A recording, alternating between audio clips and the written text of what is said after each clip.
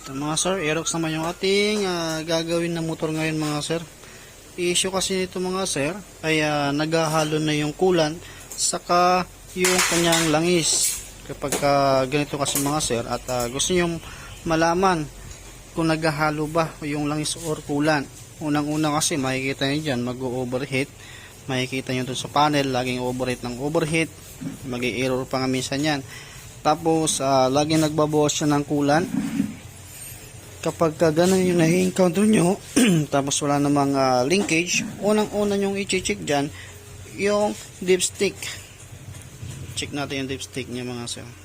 Dinala ito kahapon kaso sobrang dami kahapon yung nakapila. Kaya ngayon lang pa lang natin ito maumpisaan. Okay, ito na yung tapos itong bango konti. Yung yan. Ayun. Kaya naggatas na siya. Kaya ang gagawin natin dyan, matik po yan. Ang papalitan natin dyan, head gasket. Yung sa pagitan, yung gitna ni block saka yung cylinder head. Tapos water pump, yung ating gagawin dyan. Kaya kakalasin na natin yung clearings nya. Siguro, babaya siguro ng probinsya to. Kaya pinapaayos. At least dito mga sir, kaya Yamaha mga sir, madali naman siyang totaling kalasin yung kanyang clearings. Hindi siya tulad ni EDB, hindi siya tulad ni PCX na mahirap tanggalin. Ito, mabilis lang. Sa pag natanggal natin yung clearings nya, kabilaan, pati upuan tatanggalin natin. Siyempre matik din na kailangan din natin ilabas yung kanyang fuel tank para dudukutin na lang natin. Para hindi tayo mahirapan. Hindi na natin to paghihiwalin. Dudukutin na lang natin to. Ito na mga sir, naklas na natin yung yung mga clearings, fuel tank, naklas na natin at natanggal na natin yung kanyang radiator muffler. Ito yung yan basang-basa ng coolant. Nagalo na yung coolant sa kalangis. Kaya tirap overhaul natin ito mga sir kasi isa rin sa gasket yung ating gagawin dito. Yan. Tapos tatanggalin natin yung shock para may labas natin to. Parang din sa click down din ito. Yan. Tatanggalin natin yan. Tapos dilinisan. Papat tayo ng cylinder head gasket. Pero yung number 1 na talaga napapalitan natin dito yung water pump. Saan yung water pump ito? Yung water pump. Yan, ito yung kanyang water pump mga sir.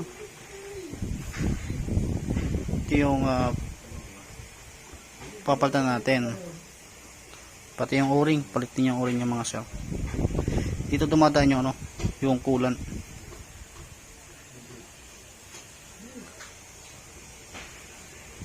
Check natin ito kung magkano.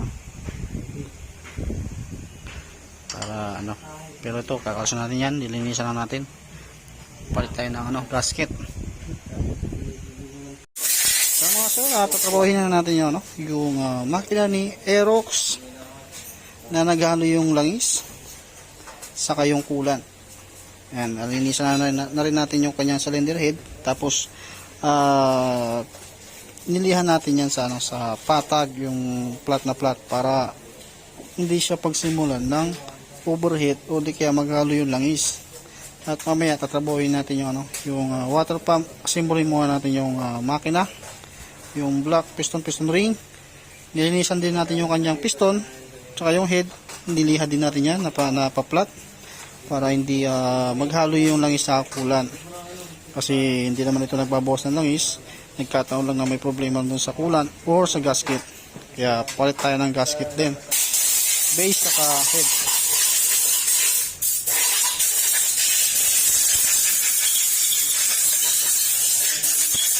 Ayan, matatapos na natin ito. Ayan, ito mga sila pagka-watch saan nagkakalas kayo lagi ng makina. Dapat, itong gasket na yan, dapat laging bago.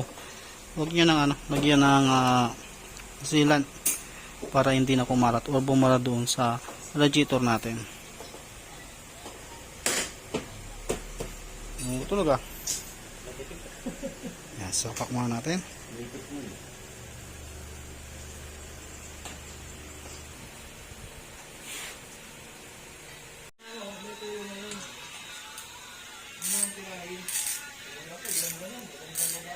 Yan, meron na tayong bagong ratchet mga sir para masukat natin yung yung pare-parehas na masukat or higpit ng bawat nut.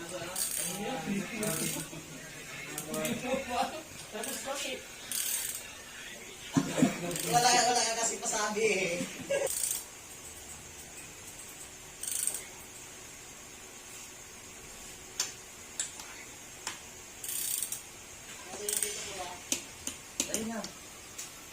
Kaya pag tumunog na yung ratchet natin mga sir, ibig sabihin mahigpit na siya. Yan. Para pare-parehas yung sukat ng higpit.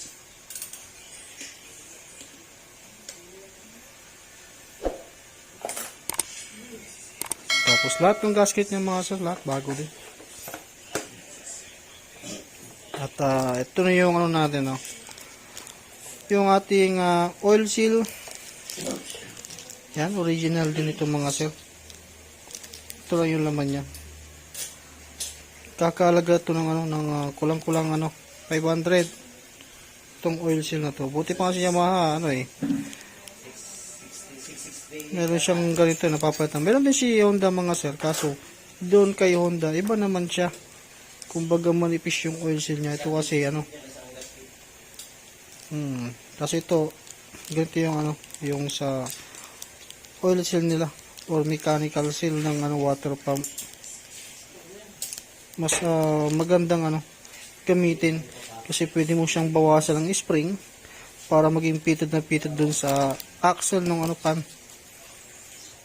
para hindi talaga lumabas yung coolant doon papuntang bearing. Kaya ilalagay na natin to after natin matapos to, at bubuksan natin yung water pump nya.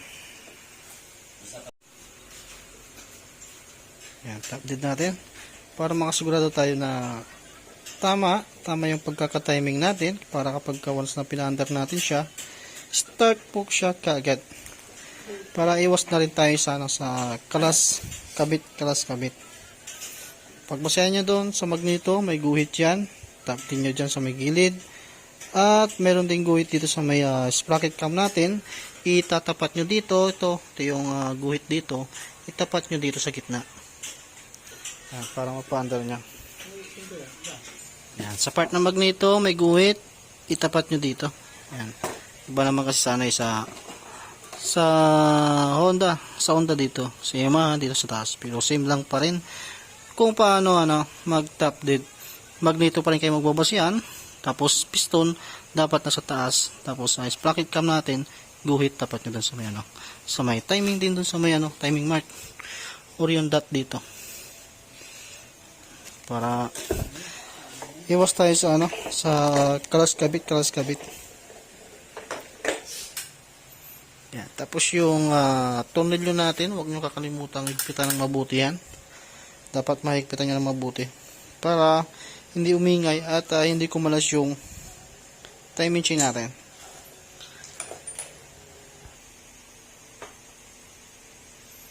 Bago na rin yung gasket natin sa head cover.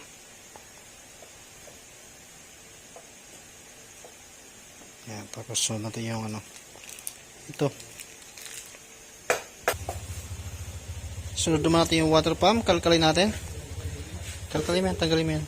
At mayroon lock dito. Yan. Pag natanggal mo na yung silak na yan, itok-tok mo lang siyang pababa. Para may palit natin to. Ito mga so, natanggalan natin yung yung water pump, yung mechanical seal. Kung mapapansin yung mechanical seal nya, yung spring hindi nag-autofocus.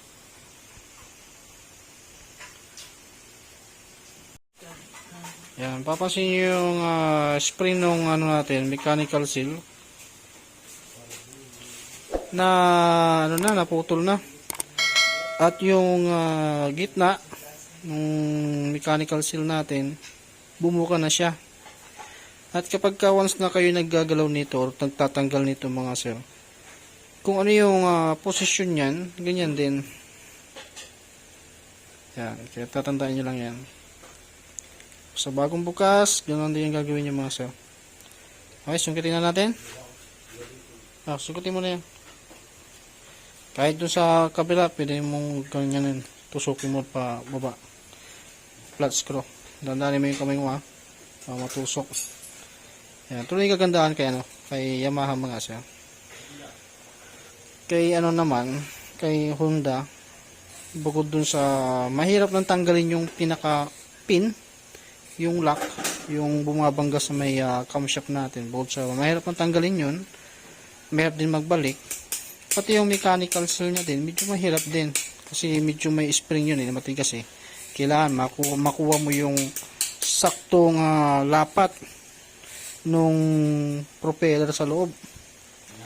Kasi pagka masyadong dikit na dikit, tutunog naman, iingay.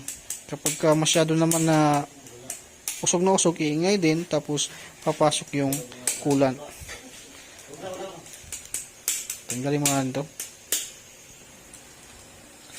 Ito naman siya, tanggalin na natin yung luma na mechanical seal. Sobrang tigas din palang tanggalin to. Tapos gagawin natin dyan, lalagyan natin ng grasa at ilalagay na natin to. Lagyan mo ng grasa. Yung bearing na sira, kahit matanggal yan, okay lang. Kasi susuksok mo lang din naman uli yan. Lubog natin. Tapos ginamitan natin siya ng ng 24 na socket. Saka siyempre alalay din sa pagpukpok. Importante yung gitna na dapat hindi masugatan yan or hindi masira.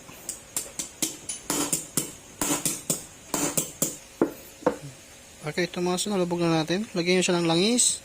At kapag nilagay nyo yung propeller, lagyan nyo din ng langis para hindi masugatan kaagad yung ating bagong mechanical seal. Lagyan nyo ng langis. Napaka-importante yung sa gitna. Na dapat kapag nagbabalik tayo ng propeller nya, hindi masisira. Lagyan mo na yung bearing, baliktad. Yan.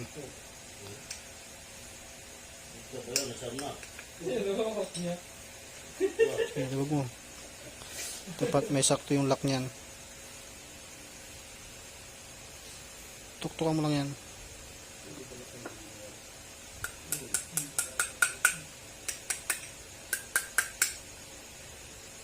Yan, dapat makuha mo yung lock.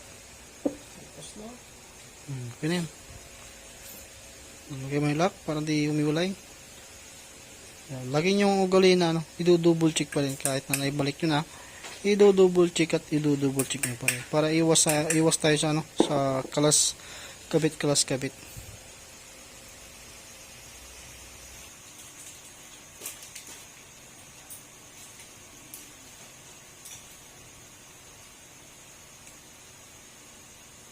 Ilak na mabuti. Dapat nakalak siya. Ito mga son, lagyan na natin yung lock. Tapos, ibabalik na natin yung takip nito. At, isasalpak na natin doon. Tapos dito, kung hindi naman luma o hindi naman bago yung kahit lagyan nyo siya ng ng Beta Gray.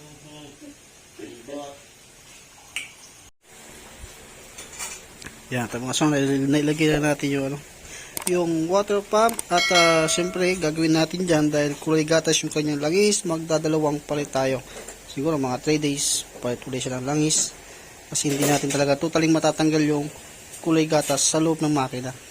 Malinis sa taas pero sa gitna hindi siya malinis. Kung mga pang pa-flashing natin, langis din. Kaya kapag na-encounter nyo na nag-overheat na madalas, check nyo kaagad yung langis. Pag naghalo, huwag nyo na gamitin. Mas maganda kung na lang, dali nyo na kaagad sa paggawaan.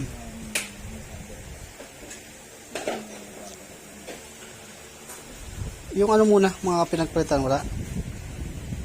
para magiging flashing niya. Sir, mamaya mo na lang palitan. Ikabit muna natin sa ano niya. Kabit mo na yung ano, hose ng ano.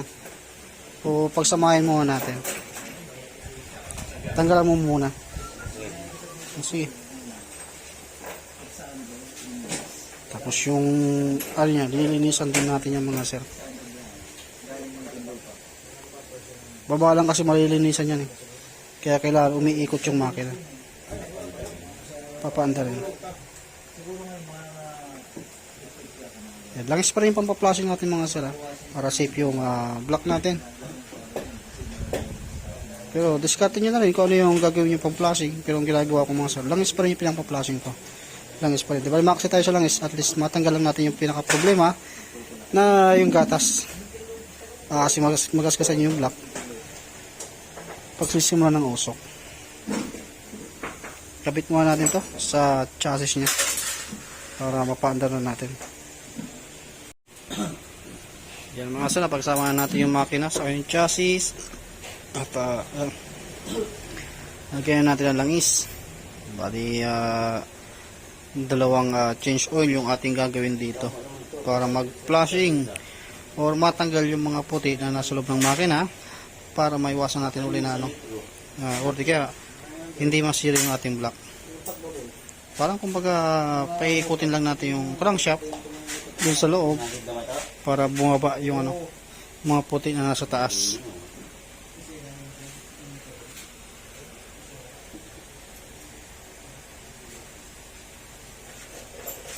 Diyan mga sarap, pwede nyo rin gamitin yung used oil dyan pang flashing lang, pero kung may budget naman, kahit dalawang malinis na langis.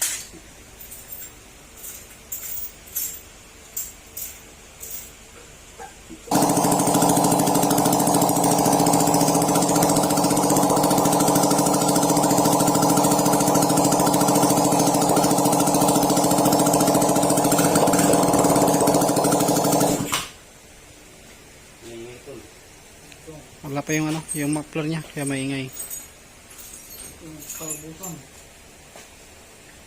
Yan natin yung radiator coolant at yung muffler para mabirit natin ng konti. Gusto mo kapulong? Titingin pa. Pag tumingi ka, pangit ka. Tingnan, hindi ka tumingin. Tanggap mo naman, gwapo ka. Siyempre, sabi ng nanay ko, nung buhay pa. Siyempre. Gabayaw? Oo. Bugo ka din. Pangit ka rin. Ito mga sir, tanggalan natin ng langis, pati nga tol. Pero mga yan, hindi na siya totally naghahalo. Yung mga puti-puti na konti, yan pa yung natira dito sa loob ng makina. Kaya napaka-importante kapag naghahalo, pa-flashing pa rin natin. At ginamit natin pang flashing yung malinis pa rin na langis. Tapos mag-iisang langis ulit tayo at after na mga 1 week, 2 weeks, palit ulit siya. Para totally talagang malinis na malinis. Yan na siya, nalagyan natin ng panibagong langis ulit. Tapos start mo.